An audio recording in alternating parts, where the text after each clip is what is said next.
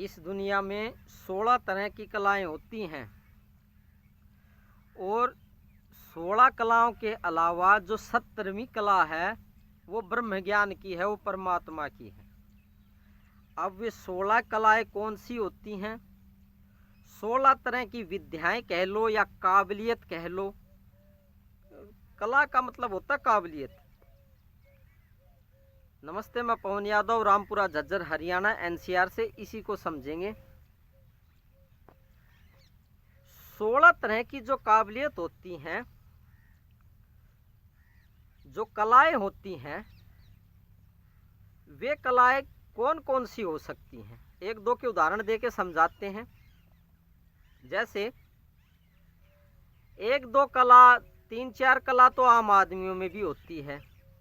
कुछ काबिलियतें आप भी दुनिया में कुछ ना कुछ हासिल कर लेते हैं। आपके अंदर कोई ना कोई काबिलियत तो है ही, या हमारे अंदर तो कोई ना कोई काबिलियत है ही,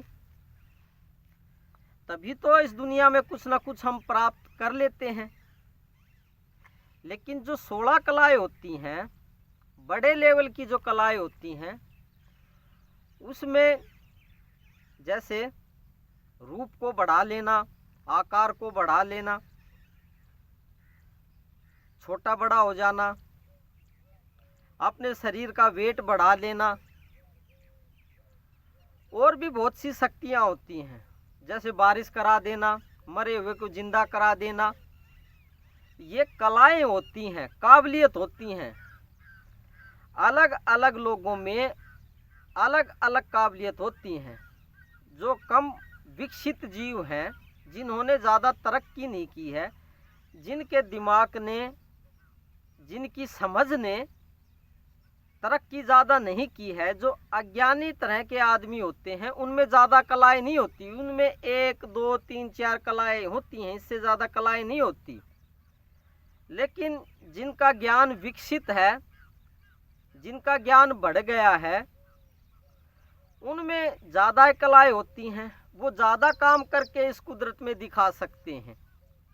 जैसे पीछे आपने कुछ अवतारों के बारे में सुना था, कुछ देवताओं के बारे में सुना था कि वो बहुत सी शक्तियाँ दिखा देते हैं। वो शक्तियाँ तो नहीं कह सकते उनको, वे काबिलियत होती हैं। तो उनमें आम आदमियों से ज़्यादा काबिलियत होती है, उनका ज्ञान ज़्यादा विकसित हो चुका है। तो ज्ञान ज़्यादा विकसित हो चुका है तो उन्हें विज्ञान का ज़्यादा ज्ञान है, इस कुदरत की विज्ञान का ज़्यादा पता है, इसलिए वो ज़्यादा काम करके दिखा देते हैं। उसी को हम कहते हैं कलाएं या शक्तियां या काबिलियत का ज़्यादा होना।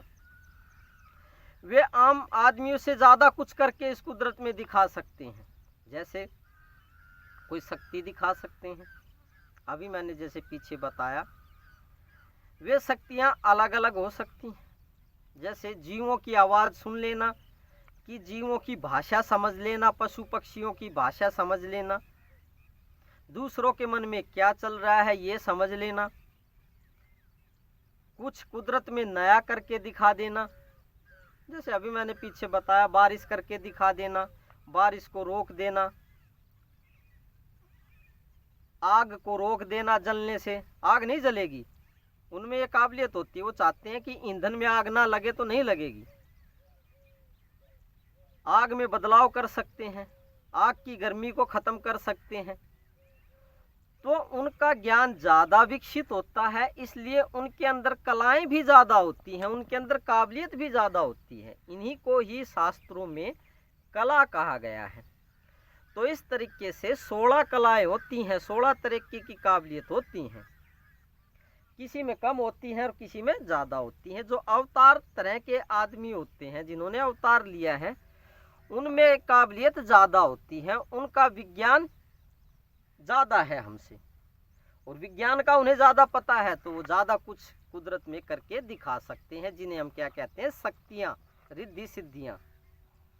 वे रिद्धि सिद्धियाँ तो नहीं होती, वो विज्ञान ही होता है, वो काबिलियत ही होती है, जो कि कुछ जीव इन काबिलियत को पैदा कर लेते हैं, डेवलप कर लेते हैं अपने अंदर, जिससे कि वो इस कुदरत में ज़्यादा बदलाव कर सकते हैं। बारिश करवाना, बारिश को रोकना, हवा पानी को रोक देना, तूफान को रोक देना, गायब हो जाना।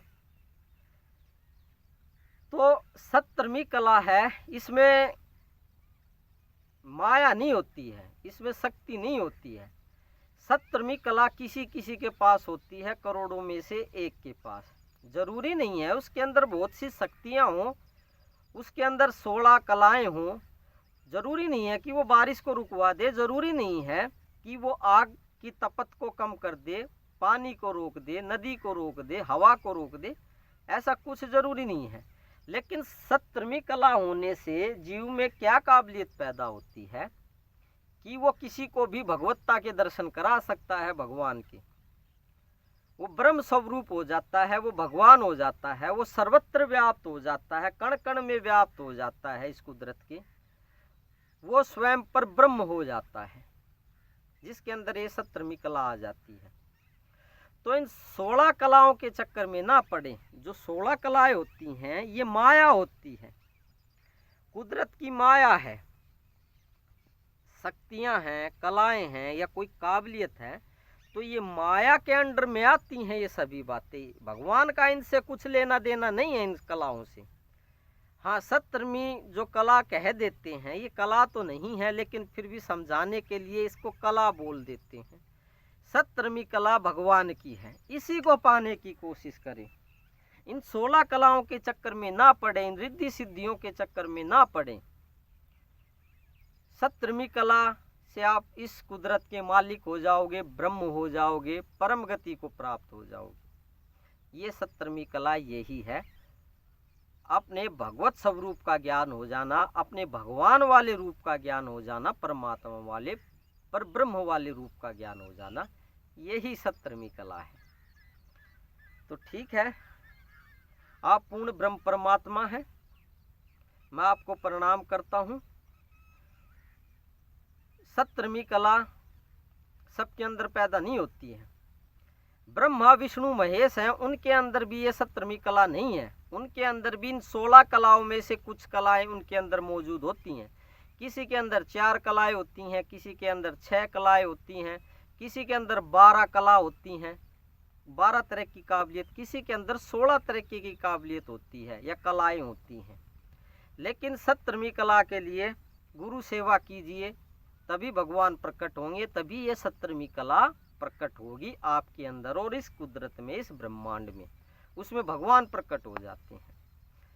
तो बस यही समझाने की कोशिश की थी कि 17वीं कला ही ठीक है और इसी को प्राप्त करने की कोशिश करें। ज़्यादातर लोग इन 16 कलाओं के चक्कर में पड़े रहते हैं, इनमें से 2-4 को वो प्राप्त कर लेते हैं या 16 को भी प्राप्त कर लेते हैं या 12 को प्राप्त कर लेते हैं या 6 को प्राप्त कर लेते हैं।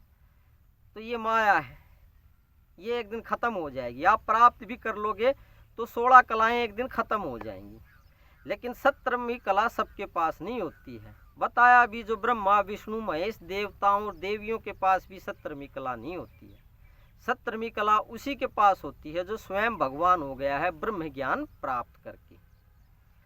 तो मेरा प्रणाम स्वीकार कीजिए, गुरु सेवा कीजिए, जिसके अंदर 17वीं कला है, जिसके अंदर भगवान प्रकट है, सिर्फ उसी गुरु की सेवा, और की नहीं। तो कल फिर बात करते हैं किसी और विषय पे, कुदरत के किसी गहनतम विषय पे, बिल्कुल साधारण भाषा में उसको समझेंगे। तो विराम लेते हैं। Thank you very much. कल तक के लिए काफ़ी हो गया।